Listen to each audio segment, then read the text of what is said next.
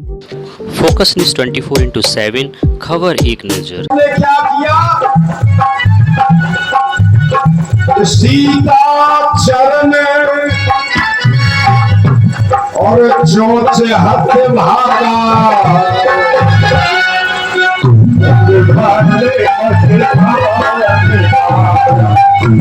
सीता चरण चोच हथ भागा, मती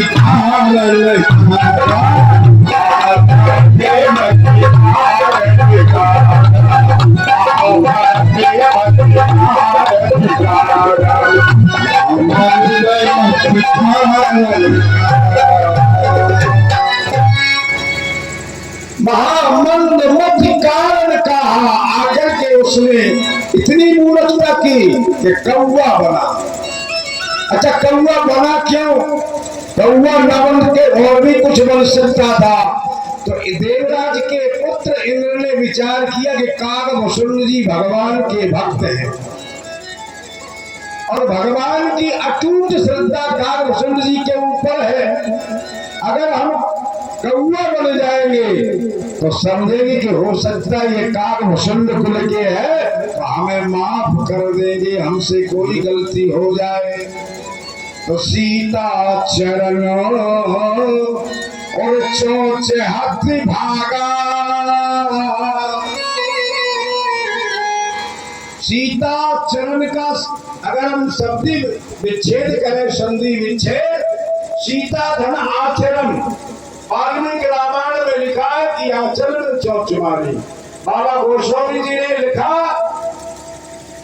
कि धन आचरण और सीता चरण, सीता चरण चोच हाथ भागा। अब भगवान के पास वहां कुछ नहीं था, एक सीख उठाई, उसका धनुष बनाया, दूसरी सीख उठाई, उसका बाण बनाया और बाण बना करके संधान कर दिया। जैसे ही बाण का संधान किया तो चला भाग बायस भई पावा। अब वह भागा, पीछे से वो बाण, और कहां तक जा रहा है कि ब्रह्म धाम सब पुर सब लोका, फिरासनत व्याकुल भय शोका। थक गया बेचारा, फिरते फिरते 1 वर्ष हो गई उस जयंत को, पर कहीं भी आसरा न मिला, पानी मिल पाया। तो भैंसिया के स्वामी जी वो पीछे पे जमालो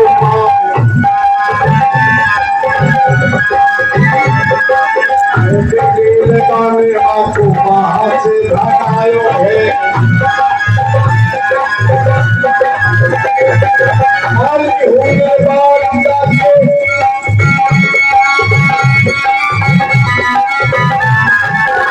होने बाद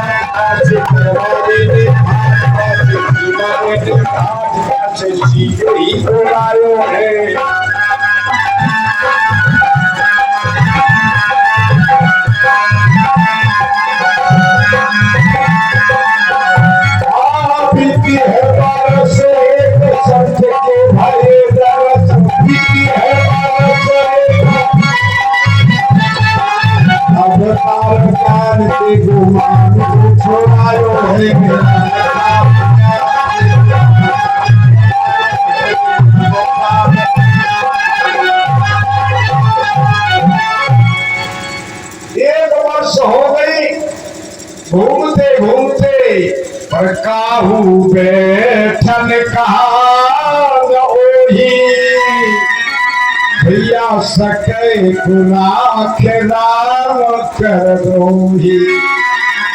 राम के द्रोही को कोई नहीं लगता है। आज महाराज नारद बाबा मिल गए और नारद बाबा को देख करके चरणों में जयंत गिर पड़ा, हे प्रभु मेरी रक्षा करो, रक्षा करो त्राहिमाम। नारद देखा विकल जयंता, तो लाग दया कोमल चित संता। संत का हृदय बड़ा कोमल होता है। तुरंत ही उन्होंने कहा क्या बात है, बोले बैर ऐसे ऐसे हमने भगवान श्री राम की भार्या सीता जी के चरणों में चंचुता का प्रहार कर दिया। नारद ने कहा, वाह, तुमने अपराध तो बहुत ही जघन्य अपराध किया है, पर जयंत तुम अगर उनकी शरण में चले जाओगे तो तुम्हें वो माफ कर देंगे। प्रणतपाल रघुवंश मन करुणा सिंध खरा, वो गए शरण प्रभु राखे सुता में अपराध विसार। सारे अपराध परमात्मा क्षमा कर देंगे। तुरंत ही जयंत गया और भगवान के चरणों में जाकर के गिर पड़ा, त्राहिमाम त्राहिमाम, मैंने प्रभु आपके प्रभाव को देखा, अब मैंने आपके स्वभाव को भी देखना चाहता। भगवान ने कहा, क्या बात है, यद्यपि तुमने बहुत बड़ा अपराध किया, पर अपराध का दंड थोड़ा बहुत तो देना पड़ेगा, नहीं तो ये श्रुति, ये मार्ग जो वेद मार्ग है वो दूषित हो जाएगा। जो एक नयन कर तजा भवानी, भगवान शंकर कह रहे, पार्वती सुनो, इतना बड़ा अपराध करने के बाद भी जयंत को भगवान ने छोड़ दिया, केवल एक ही नेत्र उसका फूला है बस, क्योंकि उसने नेत्र से कुदृष्टि से देखा, इसलिए उस नेत्र को फोड़ा गया। भगवान ने वहां से जाकर के दंडकारण्य में स्थान बनाया। दंडकारण्य में परमात्मा रहने लगे, और जब रहने लगे तो एक दिन की बात, शूर्पणखा का नाम है दिव्यमणि। दिव्यमणि नाम की एक कन्या जो रावण की बहन है, वह एक दिन आई। कहाँ आई? दंडकारण्य में। दंडक राजा का ये श्राप था कि इस पानी में पाया तो भैंसिया के स्वामी की वो पीछे भेजा मारो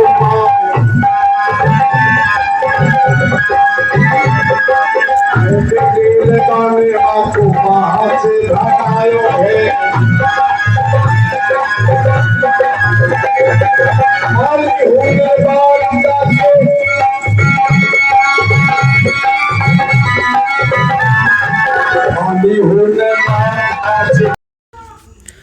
उरई जालौन थापक परिवार के आपको बताते चले प्रेरणाक पुंज ओम प्रकाश थापक, कुलदीप थापक, मनोज थापक व हरिओम थापक ने कीर्ति से पिताश्री संत पंडित श्री रामकृष्ण थापक, जिन्हें ग्रामवासी क्षेत्रवासी स्नेह से पिताजी महाराज भोला जी नाम से संबोधित करते थे, निर्वाण 19 अक्टूबर 2023 हुआ। प्रथम पुण्यतिथि पर उनके परिवारजनों ने साथ ही नवयुवक एवं महिला समिति समस्त गाँववासियों ने संगीत में रामकथा, रामलीला व कन्या विवाह का आयोजन किया।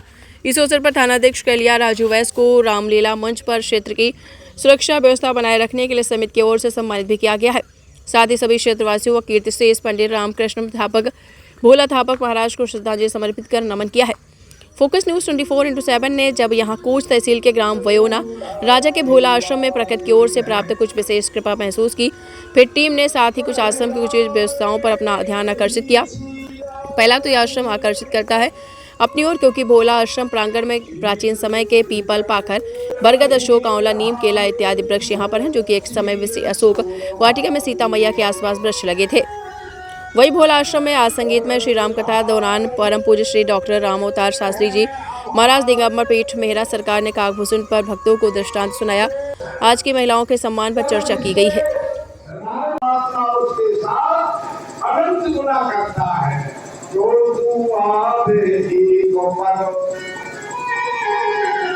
मैं आऊं पग साथ तो कर लो कांध सौंप में लोहे की लात। अगर तुम परमात्मा की ओर एक कदम बढ़ा करके देखो, परमात्मा 1000 कदम चलते के तुम्हारे पास आ जाए। इसलिए जीवन में कोई नियम जरूर अपनाएं। मैं निवेदन कर रहा हूं सभी से कि जीवन में दो नियम अपनाएं। कौन कौन? एक तो पकाकर खाना और दूसरा धोकर पीना। ये दो नियम बनाने जीवन में बस चकाचक है। पकाकर खाने का मतलब है थाली परोस के आ जाए सामने तो भगवान के लिए बता दो कि प्रभु आओ और आप खाओ और भोजन के पियो। इसका मतलब है कि रोजाना उनके चरणों का चरणोदन पीते रहो तो आकार मृत्यु हरणम सर्व व्याधा विनाशनम विष्णु चरणोत्तम पुनर्जन्म न विद्यते। पुनः तुम्हारा जन्म नहीं लेना पड़ेगा, ये जीवन में भाव बन जाए बस। केवल जीवन में भाव की ही लीला है और भाव है तो सब कुछ है। भाव जय सिया राम जय जय सिया राम जय सिया राम जय जय सिया राम जय सिया राम जय जय सिया राम जय सिया राम जय जय सिया राम जय सिया राम जय जय सिया राम जय सिया राम जय जय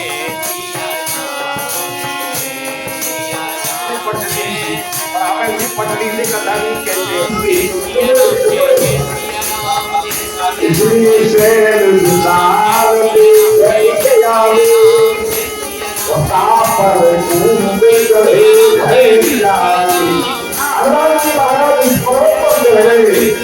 और जामुन पीले के लिया पर इतना ताप करो जाई इतना सीता की सुविधा करके भगवान ठीक है। और महाराज कैसे ही महाराज से हनुमंता